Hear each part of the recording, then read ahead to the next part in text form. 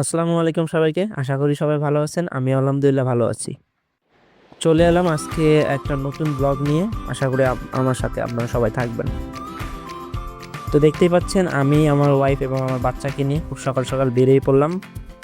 দেখা যাক কোথায় আমরা যেতে পারি। তো অটোতে করে আমি আমার সন্তান এবং আমার স্ত্রীকে নিয়ে আমরা রওনা দিলাম। তো যেতে যেতে আপনাদেরকে দেখাবো কোথায় যাচ্ছি, কি খাবো এবং কোন কোন জায়গায় আমরা আজকে যাব। তো ইতিমধ্যে আমরা চলে আসলাম চিটাগাং রোডে। এখান থেকে বাসে করে আমরা প্রথমে যাব গুলিস্তান এবং তারপর যাব মিরপুর। তো এখন আমরা বাসে উঠে পড়লাম। বাসে জনপ্রতি 30 টাকা করে ভাড়া নিচ্ছে। তো আমরা দুজনে সিটে বসলাম। তো বাসটা মোটামুটি ফাঁকাই ছিল। একটু পর অবশ্য বাসটা পুরোপুরি ভরে গেছে, দেখতে পাচ্ছেন অনেক মানুষ।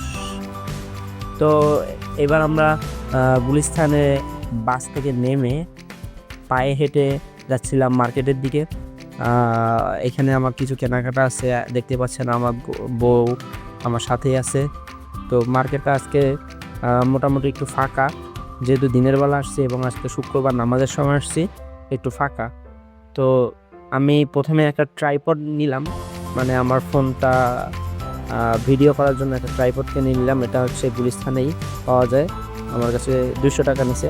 ট্রাইপডটা মোটামুটি ভালোই ছিল 200 টাকা দিয়ে। তো গুলিস্তানে অনেকক্ষণ ঘোরাঘুরির পর আমার স্ত্রী, সন্তান এবং আমি উভয়ই রোজা ছিলাম, যার কারণে একটু ক্লান্ত লাগতেছিল। তো তারপর আমরা গুলিস্তান মেট্রো রেলের সামনে এসে দাঁড়াইলাম। তখন বেজেছিল 2:30। এখানে এসে শুনলাম যে 2:30 3টার সময় গেট খুলবে। এখন গেট বন্ধ। দ্যাটস ওয়াই আমরা এখানে অপেক্ষা করতে লাগলাম। দেখতে পাচ্ছেন মেট্রো রেল স্টেশনের নিচে আছি আমরা, এবং এখানে মানুষ নেই এবং গেট বন্ধ অবস্থায় আছে, মানুষ আস্তে আস্তে হচ্ছে। তো আমরা অবশ্য পল্টন প্রেস ক্লাবের সামনে আছি, দেখেন এখনো গেট বন্ধ, এখনো খুলতেছে না। তো এখানে ওয়েট করতেছিলাম। এখন এই মাত্র গেট খুলে দিছে। দেখুন মানুষ কিভাবে যাওয়ার জন্য হুমড়ি খেয়ে লেগেছে। তো আমার বউ এক্সকেলেটরে কোনো দিন চড়ে নেই, দ্যাটস ওয়াই আমি তাকে সাহায্য করলাম এক্সকেলেটরে চড়ার জন্য। তো আমরা উঠলাম, জীবনে ফার্স্ট টাইম মেট্রো রেলে আজকে উঠবো। তো ফিলিংসটা কীরকম ছিল সেটা বলে বোঝার মতো না, কারণ এতটা ভালো লাগতেছিল। মোটামুটি 2023 সালের ওইদিকে মেট্রো রেল চালু হয়েছে, বাট আমি ঢাকায় আসছি 2024 সালে, কিন্তু আমি এ পর্যন্ত উঠতে পারি নাই। হয়তো সময় সুযোগের জন্য উঠতে পারি নাই। যাই হোক, আজকে বাসা থেকে বেরিয়ে হয়েছিলাম যে আজকে মেট্রো রেলে উঠবো এবং ফার্স্ট মেট্রো রেলে এক্সপিরিয়েন্সটা আপনাদের সাথে আমি শেয়ার করব। এখানে টিকিট কাটা থেকে শুরু করে পুরো মেট্রো রেল জার্নিটা আপনাদের সামনে আমি তুলে ধরবো। তো ফার্স্ট অফ অল এখানে দেখলাম অনেক লাইন হয়ে গেছে টিকিট কাউন্টারের সামনে। লাইনে দাঁড়িয়ে স্ব গন্তব্যস্থলে যাওয়ার জন্য টিকিট কাটতে হয়। তো এখানে আমি ভাড়ার চ্যাট লিস্টটা দেখলাম। এখানে দেখলাম গুলিস্তান থেকে মিরপুর যেতে জনপ্রতি 60 টাকা করে দেওয়া হয়। তো 2টা টিকিট কিনলাম, একটা আমার জন্য, একটা আমার ওয়াইফের জন্য। তো এখন আমরা দোতলায় আছি, দোতলায় টিকিট কাটছি। এখন আমরা যাব তিনতলায় স্টেশনে ওয়েট করব। তো প্রথমে দেখলাম এখানে মূলত 10 মিনিট পর পর ট্রেন আসে। তো এখানে দেখলাম অনেক মানুষজন দাঁড়ায় আছে।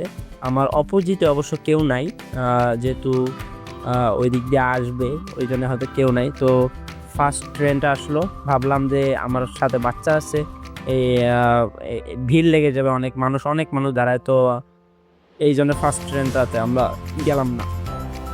তো কিছুক্ষণ ওয়েট করার পর মোটামুটি 30-40 সেকেন্ড ওয়েট করার পর ট্রেনটা আবার চলে গেল।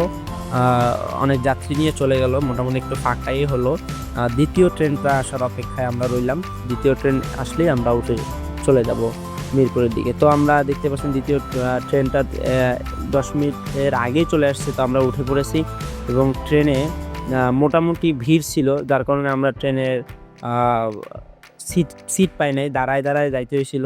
তো জীবনে ফার্স্ট টাইম মেট্রো রেলে এক্সপিরিয়েন্স ভালো না আবার খারাপও না। তো আমরা যাইতেছি এবং আশেপাশের যে দৃশ্যগুলা সেটা আমি বলে বোঝাতে পারবো না, এতটা চমৎকার, এতটা সুন্দর লাগতেছিল। চারদিকে মনে হয় যে আমরা বিমানের উপর দিয়ে যাচ্ছি। যাই হোক, কিছুক্ষণ প্রায় 30-40 মিনিট যাওয়ার পর ট্রেনটা মিরপুর স্টেশনে দাঁড়ালো এবং আমরা নেমে পড়লাম এবং তারপর আমরা হাঁটা শুরু করলাম এবং এক পর্যায়ে মিরপুর ক্রিকেট স্টেডিয়ামের পাশে এসে দাঁড়ালাম। তো যেহেতু রমজান মাস ছিল, একটু ক্লান্ত লাগতেছিল, দ্যাটস ওয়াই আমরা পাশে বসছি। এবং এইখানে যেতে যেতে আর একটা চমৎকার বিষয়ে লক্ষ্য করলাম যে এখানে একটা ভালো কাজের বিনিময়ে যারা মানে যারা খেতে পারে না বা অসহায় মানুষ, তাদের জন্য একটা ভালো কাজের বিনিময়ে কিছু মানুষ এখানে খাবার বিতরণ করতেছিল, যেটা আমার কাছে মানে অদ্ভুত লেগেছিল এবং কিছুটা ভালো লেগেছিল, যার কারণে আমি ভিডিওটা না করে পারলাম না। দেখেন কতগুলা মানুষ এখানে খাবারের জন্য দাঁড়ায় আছে। মূলত এটা ইফতারের জন্য দেয়া হচ্ছে, যার কারণে সবাই এখনো না নিয়ে বসে আছে, যখন আজান দিবে তখনই এটা আর কি নিয়ে চলে যাবে। তা মোটামুটি দীর্ঘ অনেক লাইন দেখলাম আমি এখানে। অনেক মানুষই সমাজের তৃণমূল থেকে মধ্যবিত্ত অনেক মানুষই এই যেমন এখানে ইফতারের জন্য রেডি হয়ে আছে। তেমনই একটা ভাইয়ের কাছে যেটা শুনলাম আমি, যে এখানে প্রত্যেক দিনই নাকি একটা ভালো কাজের বিনিময়ে তাদেরকে খাবার দেয়া হয়। তো আজকে যেহেতু শুক্রবার ছিল, সেহেতু অনেক মানুষ এসেছিল এবং একটু ভালো খাওয়ার জন্য তাদেরকে একটু ভালো খাবার দাবার আজকে দেয়া হয়েছে। তো আমি মিরপুর স্টেডিয়ামটা ঘুরে দেখলাম। তো ইতিমধ্যে মাগরিবের আজান দেওয়ার সময় হয়েছে, যেহেতু ইফতারের সময়। আমরাও আর বাসে উঠলাম না যাওয়ার জন্য, যেহেতু ইফতারের সময়। বাসে উঠলে হয়তো ইফতার তো করতে পারবো না, যার কারণে স্টেডিয়ামের পাশে একটা ফুড খাবারের দোকানে আমরা খাবারের মিনি রেস্টুরেন্ট আর কি, ওখানে দাঁড়াইলাম। দাঁড়ার পর ওখানে বসে খাবারের অর্ডার দিলাম।